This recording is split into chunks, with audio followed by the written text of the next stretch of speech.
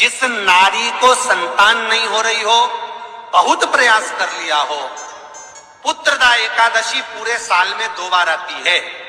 एक श्रावण के महीने में आती है, दूसरी पोषादिक्रम में आती है। पुत्रदा एकादशी होती है, ये संतान की वृद्धि करने वाली होती है। शंकर जी के मंदिर में जाकर, भगवान शिव के मंदिर में पूजन करके घी का 1 कटोरी में घी और 1 कटोरी में खीर शंकर के सामने रख देते हैं।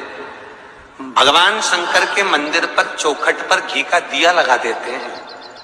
शंकर जी की चढ़ी हुई 1 बेलपत्र साथ में रखें और 1 बेलपत्र को उठाकर शंकर जी के मंदिर की चौखट पे ही बैठकर चबा चबा कर खा लेते हैं। जो 1 बेलपत्र लेकर आए हैं वो अपने पति को खिला देते हैं। कहते हैं पुत्रदा एकादशी के दिन ये भूल से भी 1 बेलपत्र अशोक सुंदरी के स्थान पर कोई कुंवारा व्यक्ति जिसकी शादी नहीं हो रही, 40 साल का हो गया, ब्याह नहीं हो रहा, संबंध नहीं आ रहा है, बेटा बेटी, 1 बेलपत्र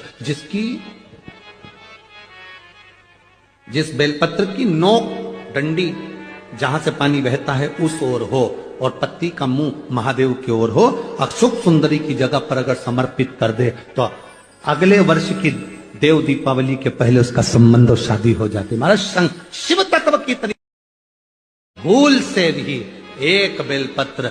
चर्म रोग कैसा भी हो, शंकर भगवान को सोमवार के दिन कनेर पुष्प चढ़ाकर शिव जी को फिर जल चढ़ाया कर और उस जल को अपने शरीर पर जहां जहां तकलीफ है, चर्म रोग है, उस पर लगाए। कनेर का पुष्प शिव को समर्पित करो, सोमेश्वर महादेव का नाम लेकर। कौन से महादेव? चर्म रोग कैसा भी हो, शंकर भगवान को सोमवार के दिन कनेर पुष्प चढ़ाकर शिव जी को फिर जल चढ़ाया कर और उस जल को अपने शरीर पर जहां जहां तकलीफ है, चर्म रोग है, उस पर लगाए। कनेर का पुष्प शिव को समर्पित करो, सोमेश्वर महादेव का नाम लेकर। कौन से महादेव? सारे देवताओं पर तू चढ़ेगा पर शंकर पर कभी नहीं चढ़ेगा। और अगर कोई भूल से भी केतकी का पुष्प शंकर को चढ़ा देगा तो 1000 गौ हत्या के बराबर उसको दोष लग जाएगा। इसलिए केतकी का फूल सारे देवताओं पर चढ़ता है पर भगवान शिव पर नहीं चढ़ता।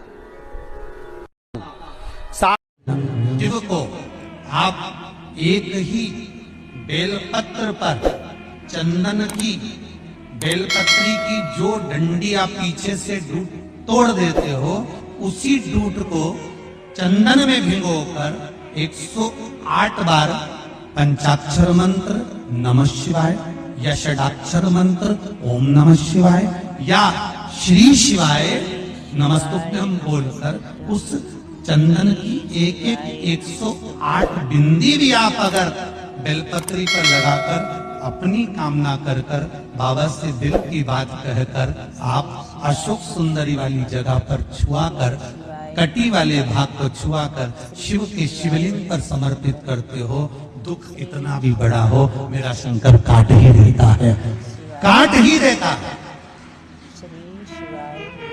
पर आप अगर चंदन, आज भी मेरी माताओं से निवेदन करूंगा, यहाँ पर जितनी बहन बेटियां बैठी हैं और आस्था चैनल के माध्यम से पूरे विश्व की जो माताएं कथा सुन रही हैं, फेसबुक यूट्यूब के माध्यम से जहां आप लोग कथा श्रवण कर रहे हैं और लाखों की संख्या में पधारी हुई सारे बहन बेटियां अगर इस कथा को श्रवण कर रही हैं तो अपने भीतर उतारना।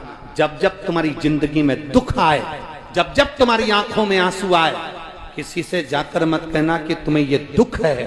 1 चावल का दाना लेकर जाना, अशोक सुंदरी का स्पर्श कराकर भगवान शंकर के शिवलिंग पर आखा मतलब टूटा हुआ नहीं, पूर्ण अक्षत शिव को समर्पित करना। ज्यादा से ज्यादा 8 दिन, 15 दिन, 20 दिन बाबा को चढ़ा कर देखना, तेरी आंख में आंसू नहीं रहने देगा मेरा भोलेनाथ, ये निश्चित। आज भी मेरी माताओं